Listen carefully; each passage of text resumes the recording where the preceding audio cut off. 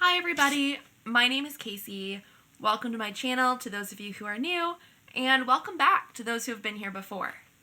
As you know, I love talking about the Great American Songbook and the Great Forgotten Songbook. Even though it was an era long in the past at this point, I find it absolutely fascinating and take great enjoyment from the music. Ultimately, it brings up the question, though, how does it compare to music of today? Or at least more recent music, right? So, ultimately, the Great American Songbook solidified a core musical identity for American music, with universal themes that are still often used today. This is part 2 in the series analyzing the current set of songs. So if you haven't watched part 1, please do go back and watch it before proceeding with this portion.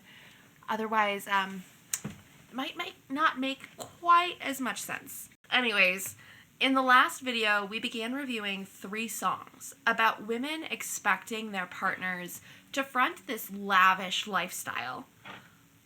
Let's continue to compare Cole Porter's I Like Pretty Things, Madonna's Material Girl, and Kaliii's Area Codes. Again, why are we even comparing these? A song from 1943, 1984, to one from 2023. Well, here's the catch. You ready? If we look at the specific years, I Like Pretty Things by Cole Porter was written 41 years before Madonna's Material Girl. And then, 39 years later, came Kaliii's Area Codes. In terms of the scope of history, these are relatively evenly spaced. That's only a couple years difference in spacing between these songs, all about the same core idea. Comparing a similar core situation in each song, evenly spaced through history, can reveal core cultural concepts in America and can showcase the changing cultural landscape over time and the changing music landscape through time. So, as a refresher, we'll start by doing a refresher of Area Codes, the 2023 Kaliii song. Area Codes ultimately peaked at 33 on Billboard's Hot 100, but is even more successful than Billboard gives it credit for due to its extreme popularity on TicTok, which isn't factored into the Billboard rankings. Once again, the song is about a woman who's given lavish gifts and money by her many, many partners in different area codes. Material Girl by Madonna was written in 1984 and released on Madonna's second studio album in 1985. The studio album I'm referring to is Like a Virgin. This album is one of Madonna's most popular albums ever, of all time, and is credited with solidifying Madonna's status as a pop icon of her generation. Material Girl ultimately topped out at number 2 on Billboard Hot 100. The song is again about a woman who will only involve herself with men who can pay for her lavish lifestyle. I Like Pretty Things from 1943 was written by Cole Porter for a movie called Mississippi Belle. Unfortunately, this movie was never released. And so the sheet music for this song was never published until 1975, long after its initial creation, and even 11 years after Porter's death. Since it was released so long after it was written, obviously it was never going to be a hit, right? Just the timing was wrong. Instead, it lives on as a forgotten gem from the Great American Songbook era. Like the other 2 songs we're reviewing, I Like Pretty Things is about a woman who expects potential partners to foot the bill for her lavish lifestyle.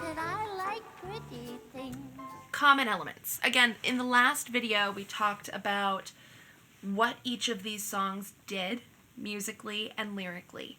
So now let's actually get to the real comparison, kind of the meat of the idea, right? So common elements. Area Codes doesn't have the same level of instrumentals as the other songs. So the key of Area Codes is a little less important. I found sources citing that Area Codes is technically in C sharp major, but again, I wouldn't say that the sources were as credible as I would hope for. And because of the minimal instrumentals and honestly rap-driven lyrics, I wouldn't squarely say that the key is all that important in this song. It's something that would have a much greater influence on a song with more instrumentals or a more melodic vocal line. That being said, both Material Girl and I Like Pretty Things are in the key of C major. But to be fair, this isn't that shocking, as C major is a pretty common key for pop songs, regardless of the era. All three songs ultimately have the same core subject about a woman who is desiring or receiving a lavish lifestyle and gifts from their respective partners. At the time of release, each song was lyrically progressive, addressing the same theme in new ways as a commentary on gender norms and expectations. Each song also blended genres. I Like Pretty Things blended jazz and pop music of the time with some classical influences. Material Girl blended elements of new wave, pop, and dance music, while Area Codes is a pop song that is heavily rooted in hip-hop and R&B. Let's take a look at some of the differences. This is where it gets interesting. The most glaring difference, of course, is going to be the genre of each song, right? Like, there were not even the technologies available for I Like Pretty Things that are available now for Kaliii's Area Codes, or for Madonna's Material Girl. The development of new genres and musical styles through time definitely also plays into how the songs sound different.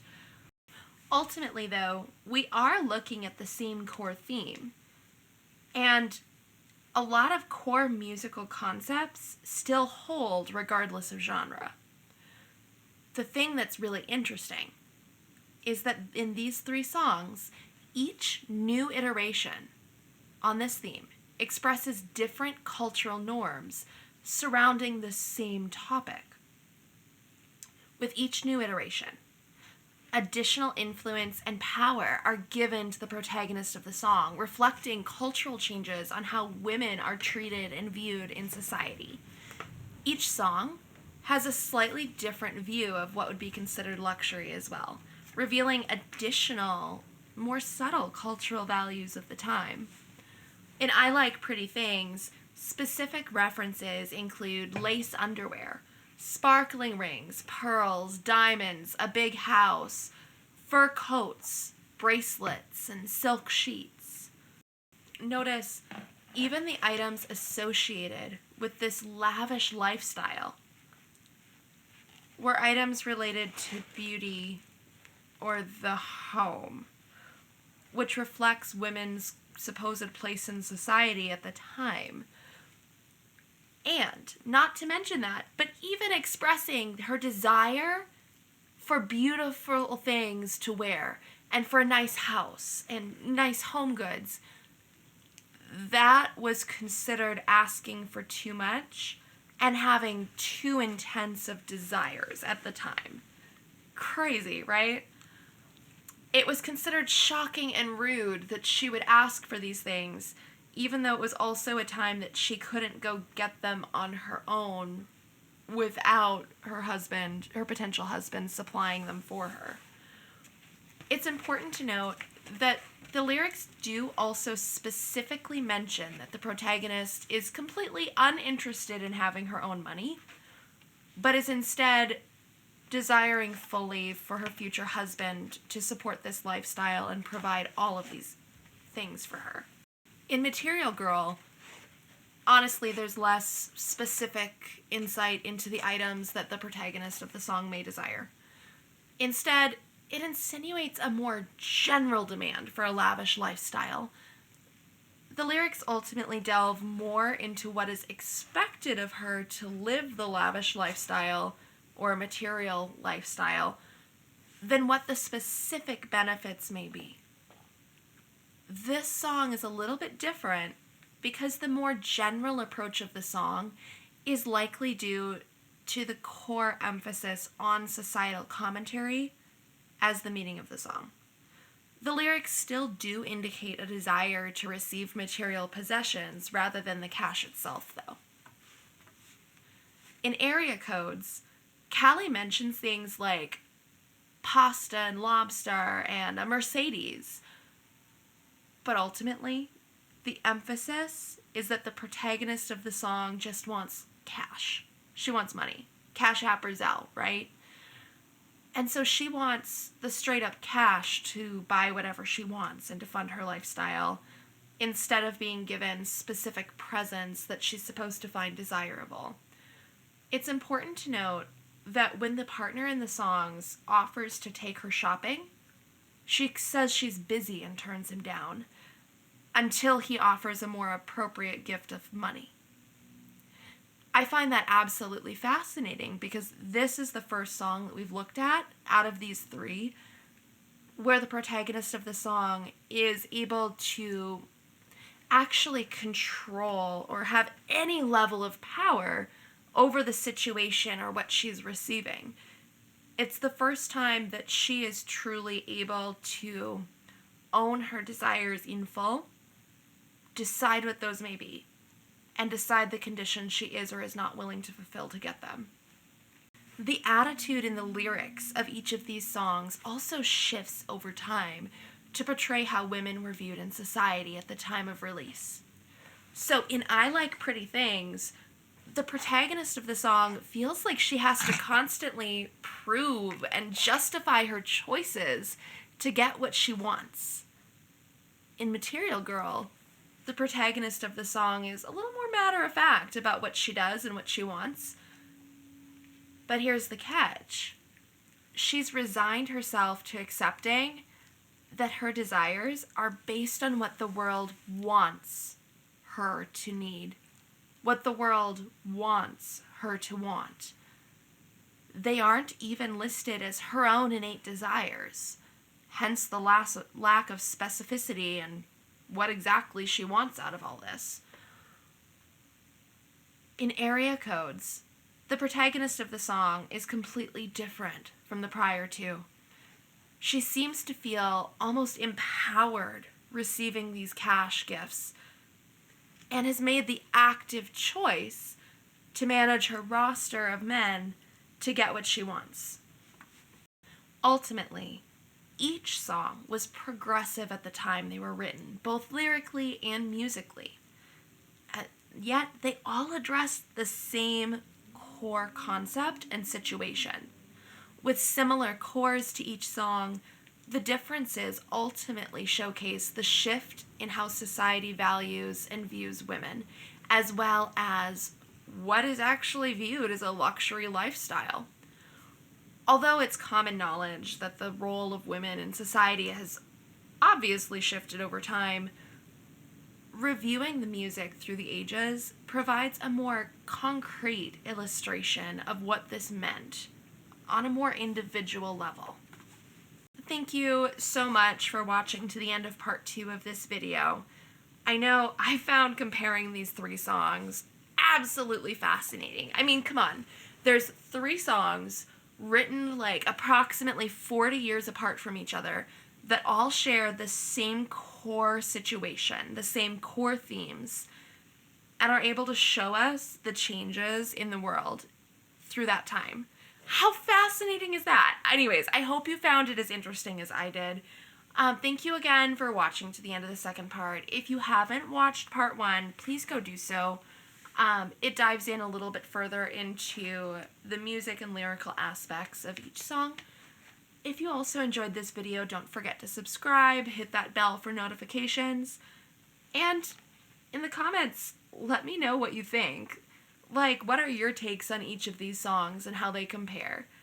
I'm guessing, actually, I'm not guessing, I'm pretty certain there are a million additional insights that y'all can bring up in the comments that compare or contrast these songs to reveal even more cultural norms shifting through the times.